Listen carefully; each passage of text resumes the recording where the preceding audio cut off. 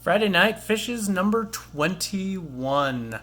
You know, Friday Night Fishes must be lucky because look who's making an appearance. They haven't been out all week, and now all of a sudden, hello, Fantasy Blue Dream Shrimp. Hello, little buddy. I did intentionally drop some of the fish food. This is what they're getting. They get this every other day. And then in the days that in between, they get this Extreme Aquatic Foods Community Crave. The fish absolutely love both of these. They go nuts for it. So, plants. Everybody's doing good. Looks like we've got some good growth this week. The sword in the back doing pretty well. You can see it's starting to melt back a little bit. Really not sure what's causing that right now. The numbers look good in terms of ammonia, nitrates. I think a big part of it is light.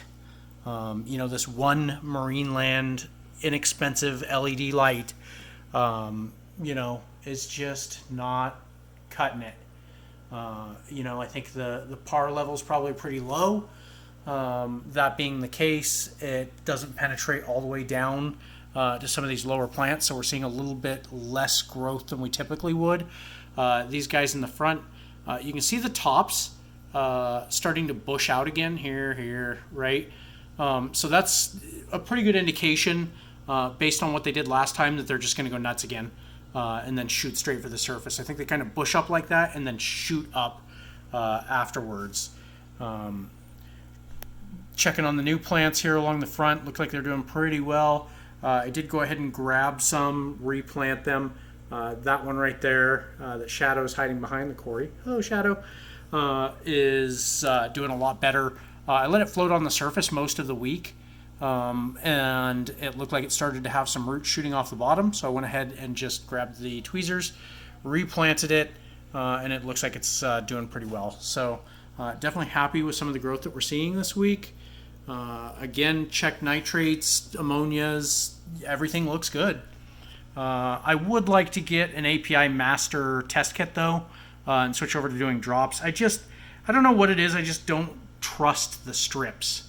Those Regent strips, for whatever reason, I've never really trusted them. And I think that's, the liquid seems to be a lot better.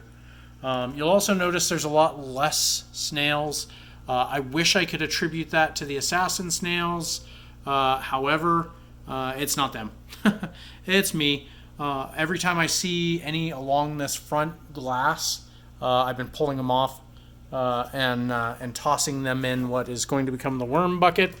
Also did some plant trimming, so I'll let that dry out. I've got probably close to 10,000 red wigglers in a 27-gallon tote, which are turning all of my organic waste into black gold for my garden. So really happy with the circle of life and the way that that's kind of taken on a mind of its own. Those are 4 years old, the red wigglers are now. Never had a big die off, never had a problem with them. So I tried feeding one to the fish. They're just too big. The red wigglers are way too big for little tetras and bigger tetras to be able to eat. Well, I think that's about it for this week. Again, everything going really well.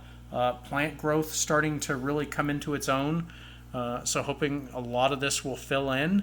And here in the next few weeks or so, hoping to see some more growth out of these front plants, getting a little taller, filling in around Fanghorn here, and just kind of making things look a little bit more natural. You can see in the back, these guys just, the hornwort going crazy. Again, going to reach up to the surface. The one already has. I think I'm going to let these go for a while. If anything, I might go ahead and pull out some of this duckweed. And thin that out again, and then let the hornwort go nuts. That's it for this week. Thanks for watching.